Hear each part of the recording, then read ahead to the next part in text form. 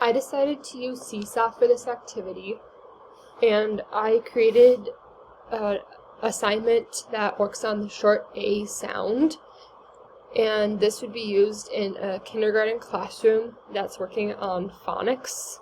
So first I have a short A phonics PowerPoint that I added in here.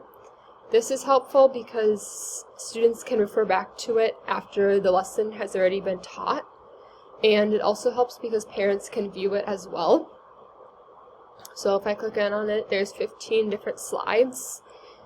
And you can also click on the volume microphone button here.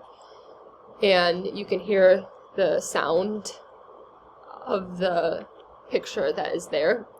So that also helps students remember what was said in class.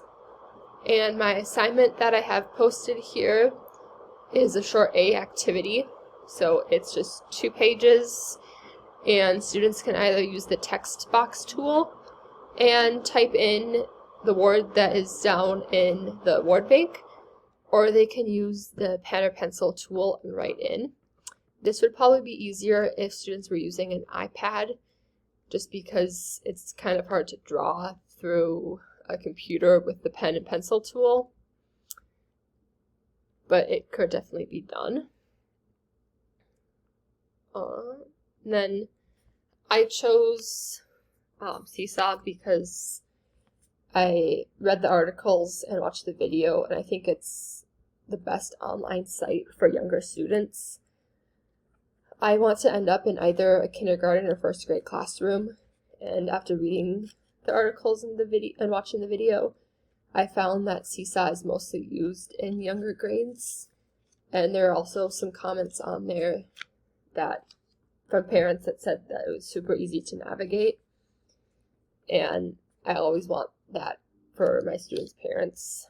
I don't want something that's super complicated because they are most likely not going to view it then.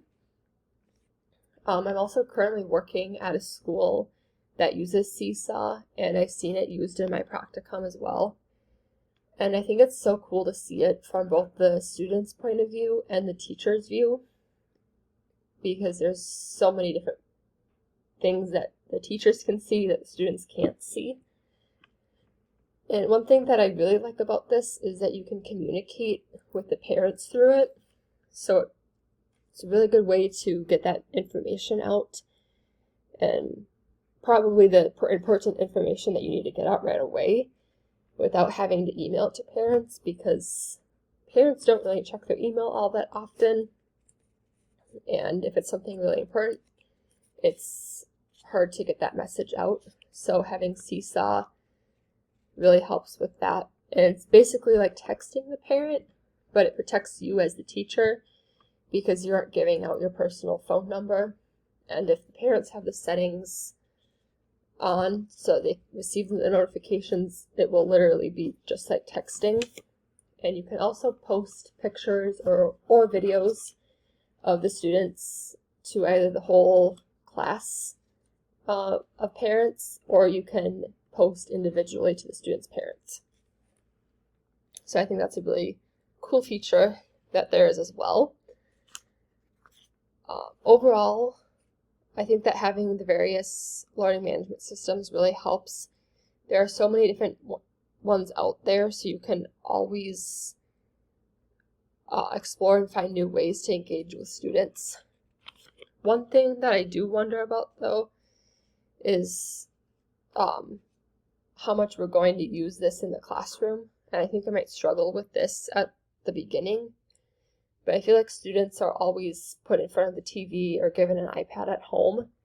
And so if we're constantly using Seesaw or other apps to engage with our students and have them complete assignments, then it might not be the best for their brain development. And personally, I get really bad headaches when I'm on the computer or an iPad for a very long time. So I think this would also have students struggling with that as well. Plus, I think handwriting is so important, and if we're doing all these things online, then we aren't getting that practice in. So that would be very hard for students. Overall, I think that it's a great tool to have in your toolbox and something that I look forward to using even more and learning even more about.